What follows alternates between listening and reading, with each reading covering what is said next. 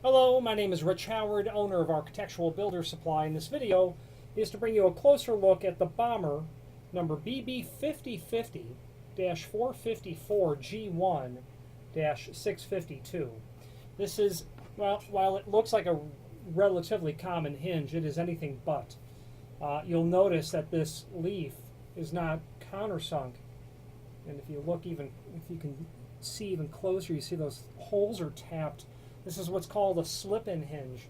This is used you can see how excessive the gap is between the two leaves as a result of a result of the swag of the hinge leaves not being normal for full mortise. This is used in an application where you have a slot cut in a frame or a door, very typical in aluminum storefront applications. I don't see them commonly, well, I have seen them, not very often, but you'll see it in older installations quite often, where you've got a slot cut in the door or the frame, or both, and you've got countersinks in the face of the material, either the edge of the door or the rabbet of the frame, and that's used to go right through that countersink, right into the tapped holes in the hinge leaf. Now, the fact that you've got one leaf countersunk, that's going to be a slip-in hinge where you need one leaf created as a slip-in. Okay, this is going to be used for those aluminum door and frame sort of applications. Let's dissect the part number a bit. Yeah, let's do that. So this hinge is shown in the 652 finish. Let me pull up the full catalog because I don't remember all of the codes for this hinge. This is a steel-based hinge, and the 652 indicates that it is a steel-based hinge, along with the fact that it is a satin chrome finish. Okay, so BB, starting at the very beginning. BB stands for ball bearing. On a standard weight hinge like this, you'll have two bearing packets. The 5 in the part number means that it's a 5-knuckle hinge, the first 5. 1, 2, 3, 4, 5, that's self-explanatory. The 0 after that means that it is considered a full mortise hinge. This one's a little bit unusual because it's a slip-in. The next 5 indicates that it is a slip-in hinge, and then the swag on the hinge leaves there, the angle at which these leaves are to the knuckle is modified. Then the last 0 in the part number refers to the fact that it's a steel-based hinge. The -454 means, and that's another tip-off that it's an aluminum door frame as well. The 454 means that the hinge is 4.5 inch tall, and the height is always the first dimension on these types of hinges, and that it's 4 inch wide. Okay.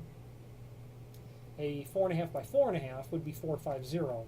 I'm not sure how they came up with that, but 454 means 4.5 by 4, and a 4.5 by 4 is a very common size for aluminum storefront doors.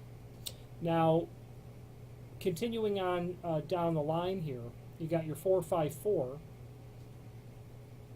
Then you jump all the way to the G1, or G1 is next, and that means that one leaf is tapped, and it's going to have a 3/16 of an inch swag. Okay, and that's really what you're referring to there, okay, at 3/16 dimension. A G2 would be both leaves tapped, drilled and tapped, and that's obviously for a 1224 hinge screw. Screws are included in a complementary finish. The next thing is, of course, the finish, 652.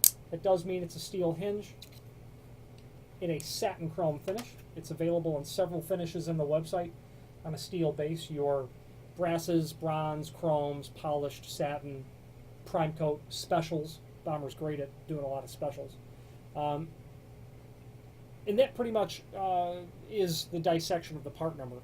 There is a link below this video to what's called the cut sheet, and that is an important document because it will show you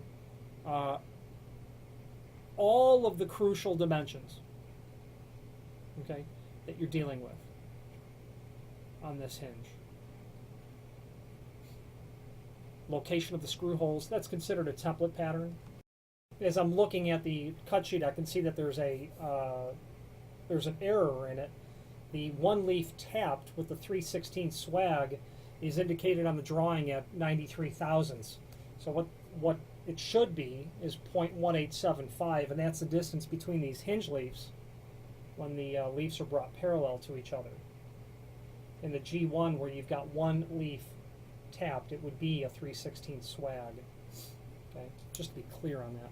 Location of all of the other screw holes are there, the tapped ones and the countersunk holes. There's also in the lower right-hand corner a handy table. The column of steel hinges, you can see how those part numbers are. It's a 50-50 or BB5050. Ball bearing is the difference. 80-50 or LB80-50. That's a 3-knuckle hinge. And when it's a 3-knuckle hinge, LB, it's a concealed bearing. When you see that the 0 in the part number, the last 0, changes to a 1, changes to brass or bronze base material, and when that number changes to 2, it becomes stainless. So once you have a grasp of the naming convention by Bommer, you can specify any sort of hinge that you want, almost. There's a little bit of difficulty when you throw a couple of options that don't belong together, especially radiused corners. Can sometimes cause a need to clarify with the factory. Okay. Bommer, the last thing I'd like to point out to you here is the logo, and right above it it says Made in USA. That's a fact that Bommer is quite proud of, as am I to represent them. This is a removable pin hinge. This would be appropriate for an in-swing door.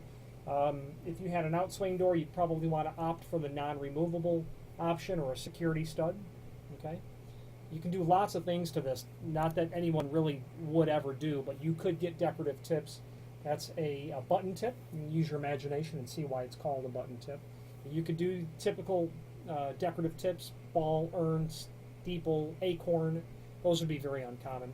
Obviously, radiused corners would be likely an option that you wouldn't have with this sort of hinge, although you might have that little 1/8 of an inch radius that you'll see on aluminum frames. I'm yet to have seen that with a slip-in style. If it's a hinge, something odd, Bommer can do it, is the bottom line. Any questions on the Bommer BB5050-454 G1-652 slip-in hinge or any other Bommer product, please feel free to reach out to us. Thank you.